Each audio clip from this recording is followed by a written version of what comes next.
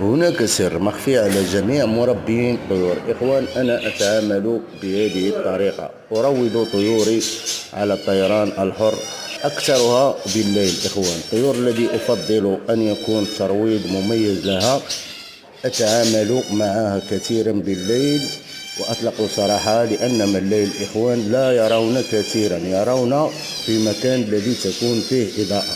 هذا هو السبب الذي يجعل الطيور تكون أليفة مع صاحبها ولها علاقة قوية. هذه الأسرار لم يقلها أحد لكم إخوان. تحياتي لكم.